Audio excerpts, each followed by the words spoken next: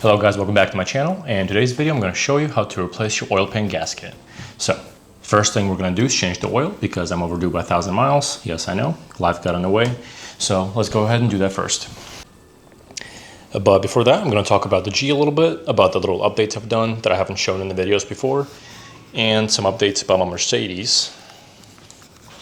Let's start with this first.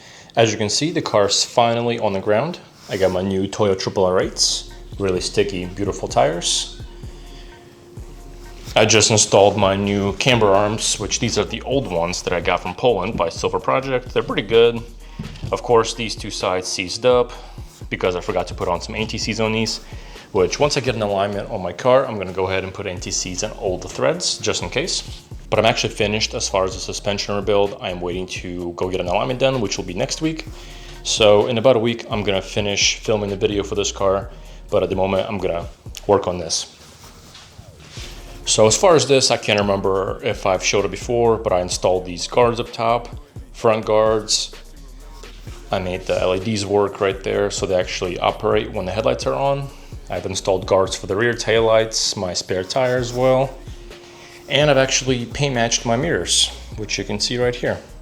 Instead of them being black, they're now silver. And in my opinion, this looks a lot better. Before I was going back and forth whether I have too much black in my car, because I personally hate the cars that are like black and red accents. That looks horrible. That is like 2000 styling.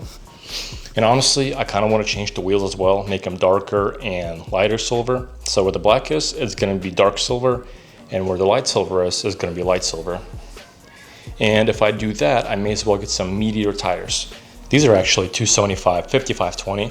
What I actually wanted to do was go with 285 55/20 or even 60 profile, but I might struggle getting into the garage because I'm pretty close. And of course, on top of things, I also want to lift the G-Wagon by maybe about this much. That seems pretty reasonable, but I might keep it the same ride height just because I want to be able to drive into the garage. Maybe in the future house, if I'm able to make the garages taller, I will for sure, because I mean, there's like a good 2-3 foot distance between the ceilings, so I definitely could have had taller garage doors. But first things first, we're gonna go ahead and drain the oil, lift up the G so that way the rack clears the oil pan, and then we can go ahead and drop the oil pan. And also on top of things, not only am I changing the oil pan gasket, changing the oil, I'm also going to be putting the Ceratec in there.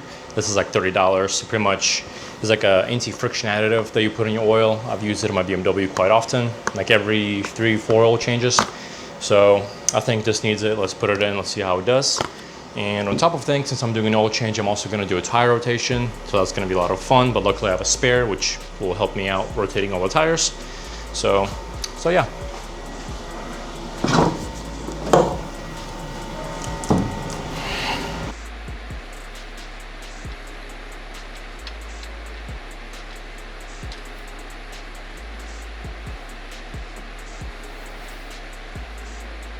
There's the drain plug. It's got a magnet on the bottom. Completely forgot to move it, and of course we made a mess. You can't do an oil change without making a mess like this. But now we can go ahead and take off the oil filter. Okay, so I just drained the oil. I got the car in jack stands, which the jack stands that I just bought for this truck I don't think are big enough, so I'm gonna have to go get some 5-ton tomorrow. But my goal right now is to see if I can take off the smaller pan and if I can squeeze it in between the sway bar and the frame right here, if I have enough, clearance, because the suspension is currently drooped right now. But I was told that for me to remove the bigger oil pan, I might have to remove the sway bars and stuff and have the axles completely drop, so that way I have enough clearance to maneuver around the oil pickup tube. So we will see how that goes. Okay, so I just took off the pan. As you can see, there's all the leftover oil. So every time we do an oil change, a lot of the oil pans, the way they're designed, they're not meant to fully remove all the oil. It was the same thing on her E350. Whenever I removed the oil pan, there was some oil left over. Same thing with her S63 that I removed. I just did the lower oil pan. There was also oil inside. And there's this much. That's where the drain plug is right there. So the oil pan is off. Now I need to figure out a way to get the upper pan off, but I think what I'm gonna do is go get the bigger jacks, lift this all the way up as high as I can, and I might have to disconnect some suspension components to drop the axle, so that way I can easily clear the oil pickup tube that you can see right there. So after I do all of that, I should be able to get it out, clean everything up, put on new seal, and put everything back together. So I should be done in about a day or two. We will see. All right, hello everyone, this is day 2. Just swung by Harbor Freight, picked up some 6-ton jacks, and these are much better than the ones I had before, which these are 3-ton. And pretty much what the game plan is right now, I'm gonna go ahead and remove the 2 Panhard bars. There's one right here, goes along right there to the steering box, and there's one right there that's connected to the chassis, and that's going to the axle. So I think I'm gonna remove the connections on this end and on this end right here, and have the axle supported with my jack, and I'm slowly going to lower it. Now, I probably should remove my calipers, but that's kind of a pain, so I'm gonna see how much room I have to wiggle out the oil pan, because as far as this, all I have to do is just remove the bolts and wiggle it out. And of course, can't forget about the oil level sensor right there. And I did get my pan cleaned up with my ultrasonic cleaner. Looks a lot better. I just have to clean up the mating surface right here. So yeah, let's go ahead and do that. All right, hello everyone. So as you can see, I got a different angle with the camera because I put on my cheaper lens, but at least you'll be able to see the details a little better. So yesterday I managed to remove the Panhard bars.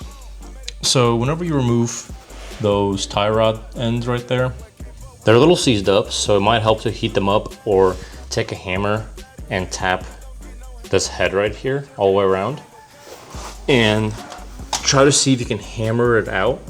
Or what you could do is use leverage, pretty much take a breaker bar and put it underneath this Panhard bar right here, or the track bar, whatever you want to call it, and put it on this axle right here and try prying it up, because you can also pop it out that way. But if that doesn't work, you could also use this tool right here, or any of the tie rod tools, which this did the trick for me.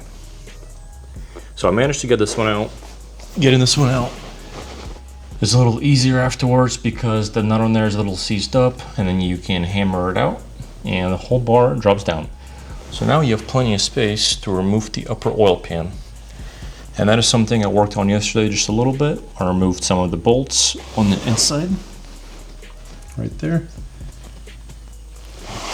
And you have to remember that these 2 bolts in the front, that these 2 longer bolts go in the front area. But now I'm gonna make my way around, loosen up all the bolts, and then take the bolts off from the back right there as well. And then disconnect the oil level sensor. And I have to remember to make sure I replace this.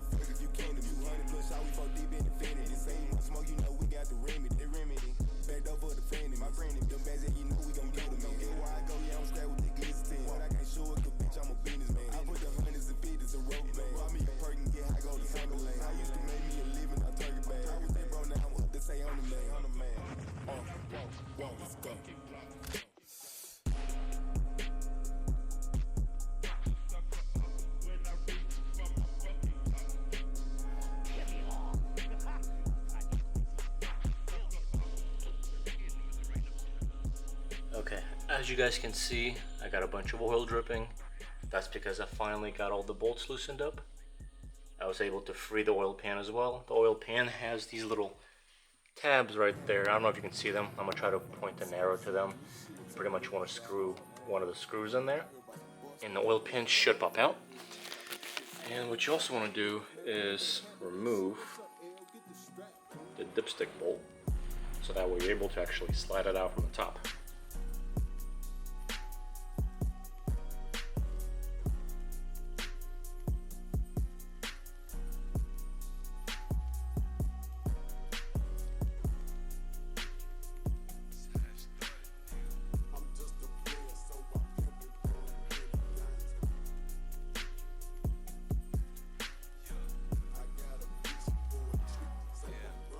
Well, I managed to get the pan out. That's the good news. But the bad news, part of the oil pan chipped off.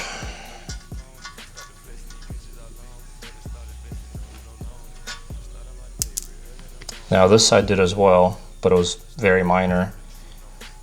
This side, not so much. So now I have to decide what I'm gonna do, whether I'm gonna get a new oil pan or have this fixed or just send it. Yeah. I feel like this is gonna leak, honestly. And I don't want to do this all over again.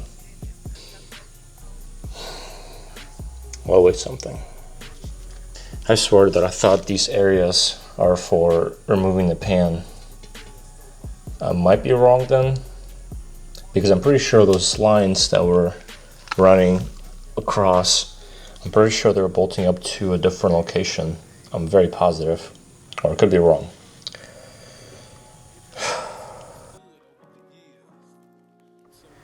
All right, hello guys, welcome back. And as you can see, my new oil pan came in. I already cleaned up just a little bit just to see what it looked like, but I have to go all the way around and clean this up, give this a nice good wash, clean up the underside as well, and then put the bead down. So this was luckily only $100 on eBay, so I wasn't too mad for breaking mine. Of course, it still sucks. I might have someone fix the area that got messed up, and then I might sell it for super cheap. We will see. But yeah, so after I get this prepared, I gotta clean the underside of the oil pan. I mean, of the engine block right there. This one's pretty much ready. I just have to clean all the hardware because you can see how dirty it is, and we don't want that. So let's get to it. Let's get this thing done because I'm tired of having it sit here.